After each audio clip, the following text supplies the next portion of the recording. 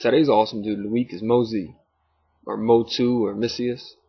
The Mo might have come from the clan name Motai, or it could have been a solidarity thing with slaves and common people, or it might have been a nickname on account of him having a somewhat darker complexion. It doesn't really matter. Born in Shandong, he was a carpenter who had quite a reputation for making stuff. He could make all kinds of cool things. Never had a fancy title or an official position, but he had skills for which he was respected far and wide. Folks sought out his advice on fortifications and philosophy and all sorts of stuff. Was a proactive kind of guy who thought it was more important to do good than to be good.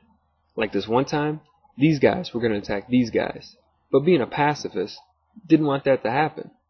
So we walked the 10 days to the Chu capital and had a little chat with him. He attempted to explain the futility of attacking, but they didn't believe him. So he sat down their chief military strategist and absolutely owned him. Look, if y'all attack with these troops here, they'll stop you with these troops here. If y'all come from this side, they'll stop you here. Can't attack from here because it's too well fortified. Splitting your army and attacking like this won't work either because all they have to do is this. You might try to do this, but all they would have to do is this. They got all upset and wanted to kill, but he told them he had already trained the Song army in defensive tactics, so whether he was alive or not was inconsequential. They agreed and reluctantly called off the war. That's pretty much how he rolled. Had a bunch of followers, and his was one of the main 4 philosophical schools, well, before had that epic burning of books and burying of scholars.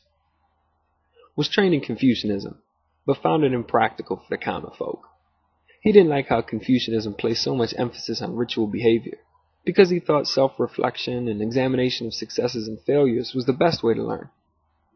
He also thought that the notion of following the ancient ways was kind of dumb, since what we now consider ancient was in its own time innovative.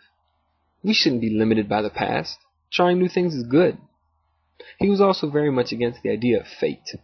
You don't succeed or fail because it's your destiny. It's due to effort. He was a big proponent of meritocracy, which also kind of went along with his anti-materialism and looking out for the little guy. His most controversial and oft-ridiculed idea was his belief in universal love.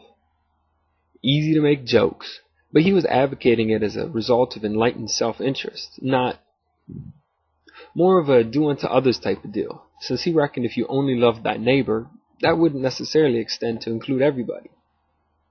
Some of his beliefs might not be too popular today though, what with his anti-decadence and disapproval of the government spending lots and lots of money on funerals instead of more pressing issues. He also thought that big music concerts were a poor allocation of resources, and that money would be better spent on providing food and shelter for poor people.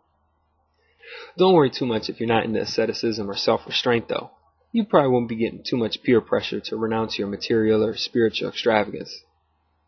Hushed everything up quite nicely, and folks have been content for the last 2.5 millennia just to forget all about